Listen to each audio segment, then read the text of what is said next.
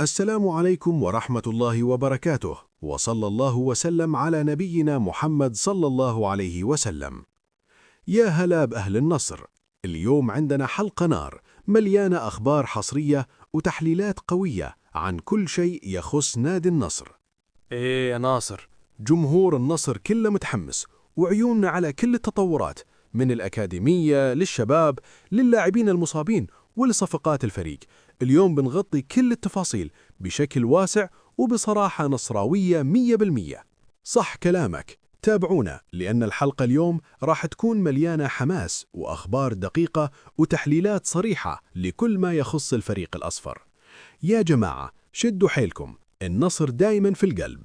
تركي، تدري وش سمعت عن أكاديمية النصر؟ الوضع هناك مرة خطير.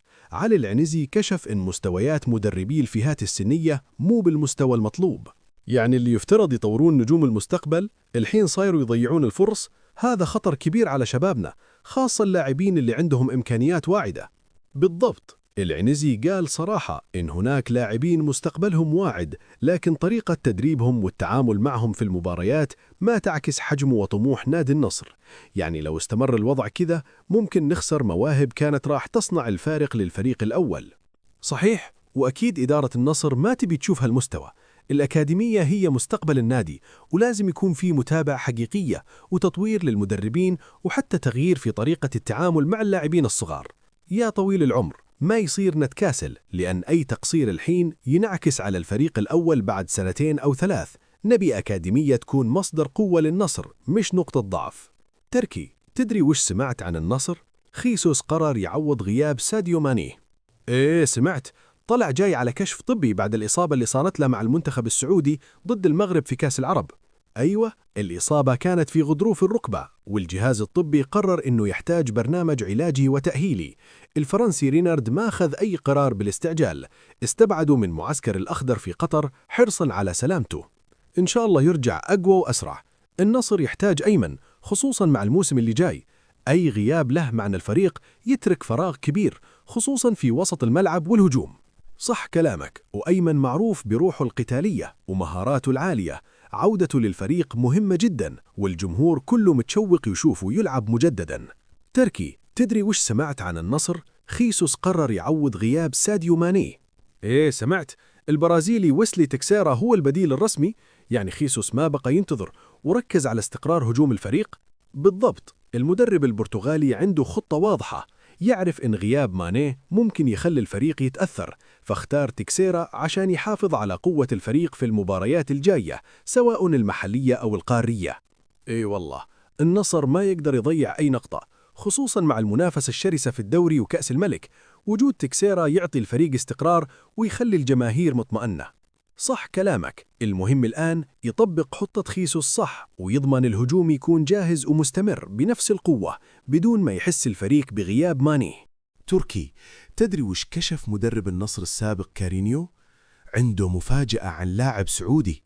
إيه سمعت إنه يقول إن بعض اللاعبين يفضلون الإجازة على المكافأة المالية، صح؟ بالضبط، كارينيو قال إن اللاعبين في السعودية قويين فنياً وبدنياً، لكن يحتاجون متابعة تكتيكية يومياً، وأي انتصار مهم اللاعب يبي يوم أو يومين إجازة بدل المكافأة المالية. يا سلام، هالشي يوري روح الفريق وحبهم للراحة بعد الجهد الكبير.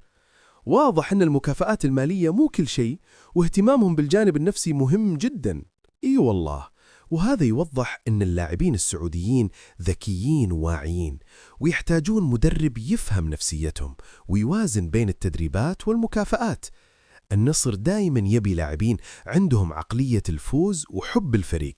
تركي، تدري وش صاير مع سعود عبد الحميد؟ كل الأخبار تقول إن النصر ناوي يضمه في الشتوية.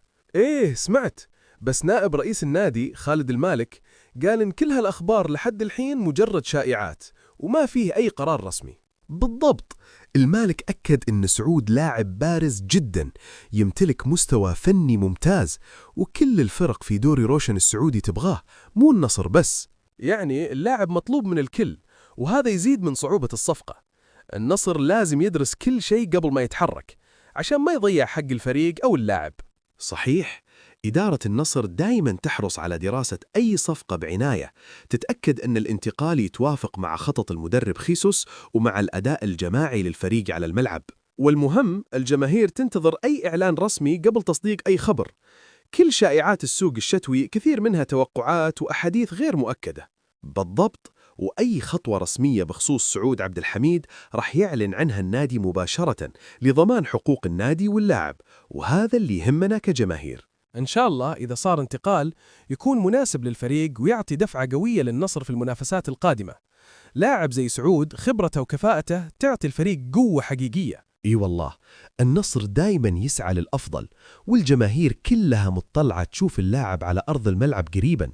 وفي الختام يا جماعة، هذا كل شيء عن آخر أخبار النصر اليوم، من الأكاديمية للشباب لموضوع اللاعبين المصابين والصفقات المحتملة.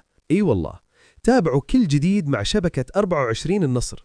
نحن دائما معكم بأحدث الأخبار والتحليلات الحصرية، وكل خطوة رسمية من النادي بنوافيكم بها أول بأول.